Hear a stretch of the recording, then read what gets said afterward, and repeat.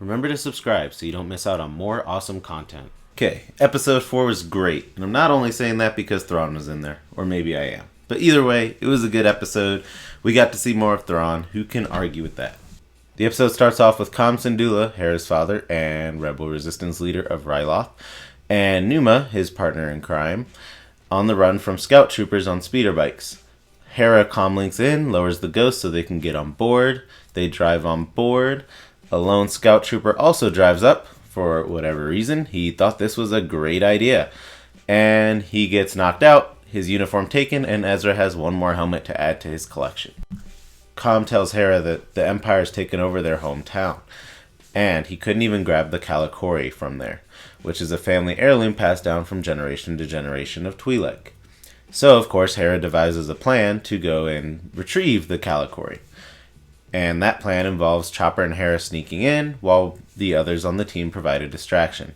Ezra dresses up as the scout trooper that they took the uniform from to help Hera get inside. And as a side note, I'm pretty sure Hera mentioned once that Ezra's a little short to be a stormtrooper, and I'm pretty sure that scout trooper, when he jumped on the ship, was a little bit taller. So, it's weird how the scout trooper uniform just kind of shrunk to Ezra, and it's weird hearing a kid's voice come through the scout trooper, but, no, Empire's not worried, it's okay.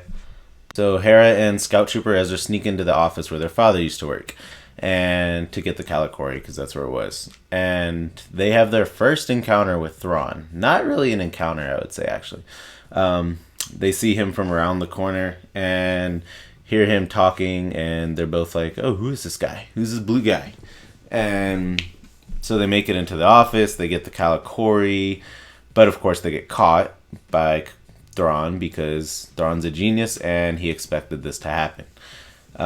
Side note, there's a lot of cool artwork on the wall and stuff. They show off a family picture of Hera, and Kam, and her mother. And it looks really nice. But anyway, so Thrawn catches them, and of course he knows that it's Hera while interrogating her, pretending that he doesn't. And then he stuns Ezra with the blaster as soon as Ezra is about to come to her rescue.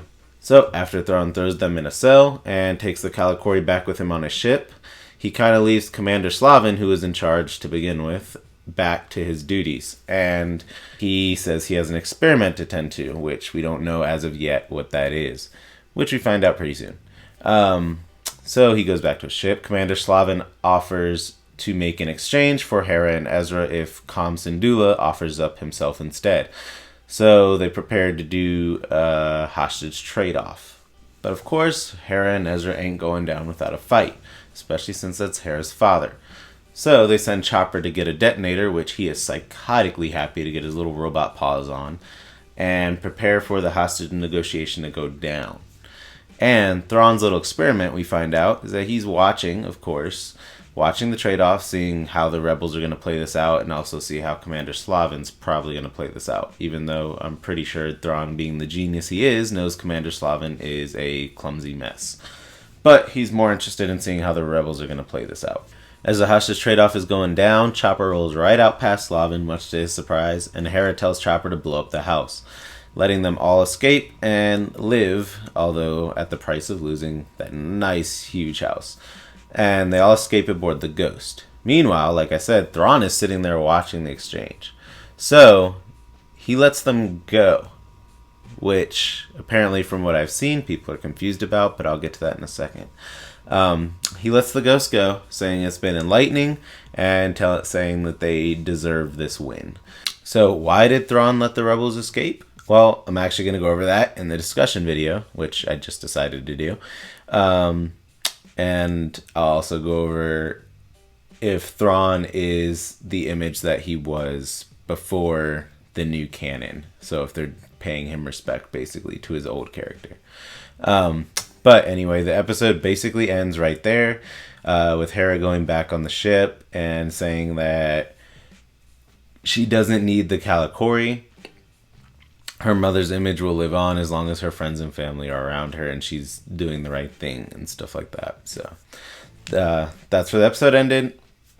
So for my review of the episode, it was a great episode. We got to see more Thrawn action. He's definitely formidable. He's smart. He knew who Hera was, even though she was trying to play like she was a slave girl entering the wrong room or whatever.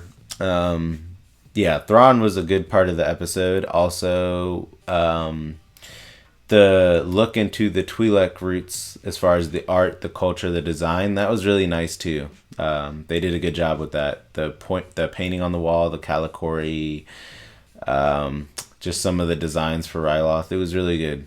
A little more in depth than the Clone Wars Ryloth, I feel like.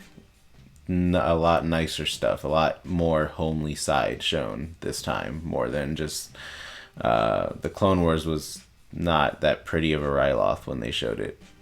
So this was good. What else?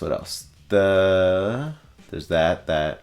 I mean, that was pretty much the highlights of this episode, but it was a good episode. Good dialogue. It was fun seeing Calm back again and Hera and that interaction. So there you go. That was my review recap of Star Wars Episode 4 here at Heras Heroes. And remember to check out my other content and go subscribe to the channel, share this video, and I'll see you guys later.